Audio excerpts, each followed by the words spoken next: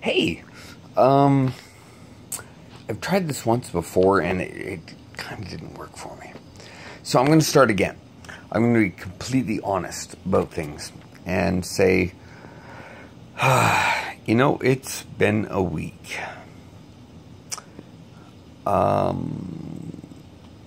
From this, from that, from the things at work to the things at home, to some of the things that didn't work out the way I really wanted them to.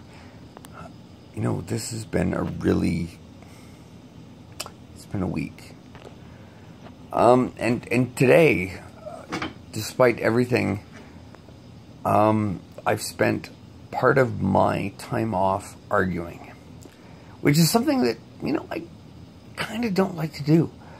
I've spent my time fighting, which is something that a lot of you who watch this might know I don't like to do. I'm kind of English in my views of things and don't want to be a bother. I don't want to be the rock in your shoe. But at the same time, sometimes things come up and you have to deal with them. So tonight, during one of my favorite radio shows, they still have those. Instead of, listening and playing along, I decided to argue about human rights. And then a little later, while watching something on the PVR that I taped, I caught sight of someone who said something that I didn't agree with, based on where I knew he came from and where, I thought he might be wrong.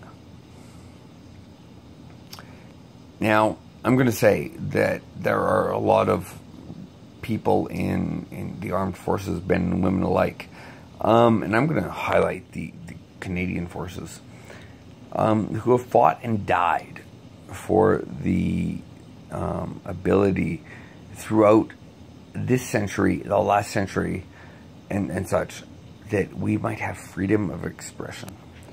And I fully accept that I might be wrong. Guess what? I'm human.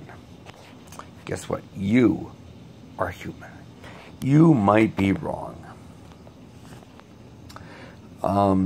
In highlight, my dad used to write a post in a newsletter about fish and aquariums, which he's fairly well studied in, under the pen name and moniker of I Am Right, with a W. And sometimes I guess he wrote in against himself as you are wrong. And that brings me to the point that a lot of people who know me, who have lived with me, who have grown up with me, who have studied with me, worked for me, understand that I myself, at some point, I stopped fighting to win. Because you know what? I fought to mutually assured destruction. I got mad. Mutually assured destruction. And this refers to an idea in the Cold War, that in a nuclear confrontation between the United States and the USSR, the United Soviet Socialist Republic, that no one would win. That weapons would be launched and people would die. And guess what? When you're dead, it ends. This is, a really good thought of the Socialist Republic. You die, you are dead. Nothing else. They outlawed religion. They outlawed a lot of things, freedoms. And yet, partly in the United States today, I see out of news coming that they are denying freedoms of movement, of belief, of such. And even in Canada, where I live, Canada, of all places, that lovely place where is that represented by the maple leaf and the dinted blue United Nations Peacekeeper helmet. We're professing some really weird and dangerous things. We are professing fear, anger, hate. And one of those things that I really cling to is a tenet that comes from pop culture, and it says that fear leads to anger, anger leads to hate, and hate leads to suffering.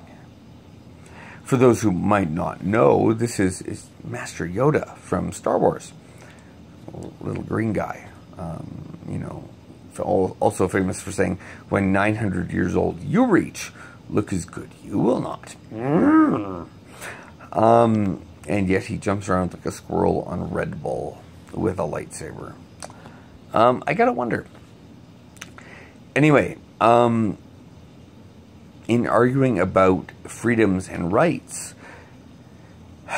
the question came up, hey, what's your calling?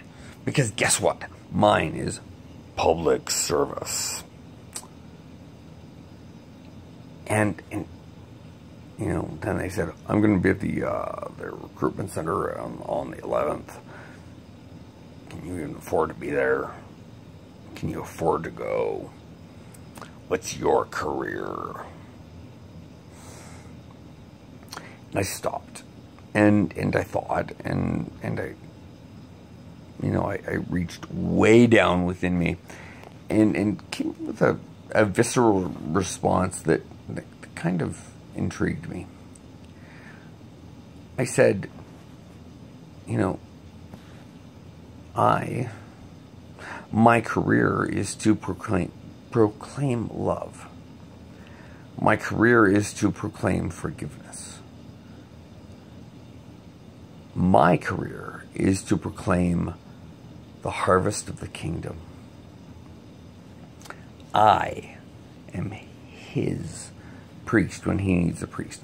Not because I've said that's what my job is, because he said one night, you are my priest when I need a priest. And at the same time, I'm also a prophet. I am the mouthpiece of the source of all truth. There are times when what comes out of my mouth aren't my words. There are times when the blessing that comes out of my mouth are not my words. And twice tonight, I've blessed people that I've argued with.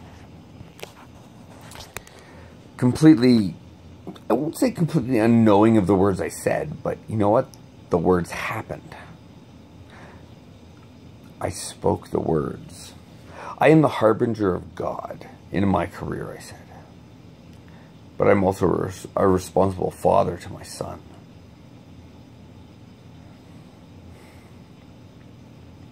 That is my career. So, how do you sum it all up? When you get into a fight, into an argument, and someone says, I don't believe you, and you say, that's okay. Because guess what? Fear is okay. It is. It happens. It's irrational, but by its very nature, it is irrational. We don't understand it. Anger that stems from fear, anger that comes from that comes from being afraid of what might happen to us, that comes from being afraid that we might be replaced, that comes from any number of sources. That anger is kind of weird, and it affects us. That anger leads to hatred of a great many people.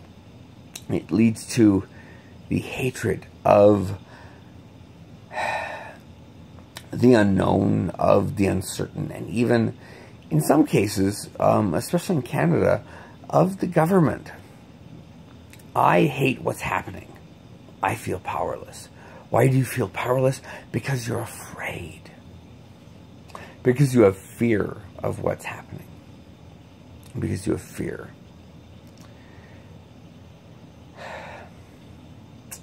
But what it all comes down to, maybe, is faith. Where does that faith come from? I don't exactly know.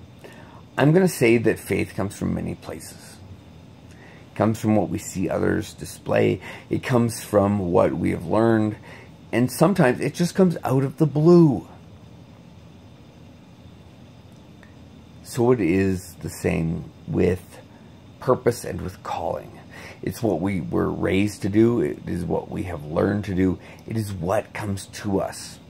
In Latin, career goes a little higher. And I learned it is vocare. And that comes from the verb to call. It's not really, what are you going to do with the rest of your life? But it comes from this amazing sense of what are you called to do? What are you called to do? What are you supposed to do?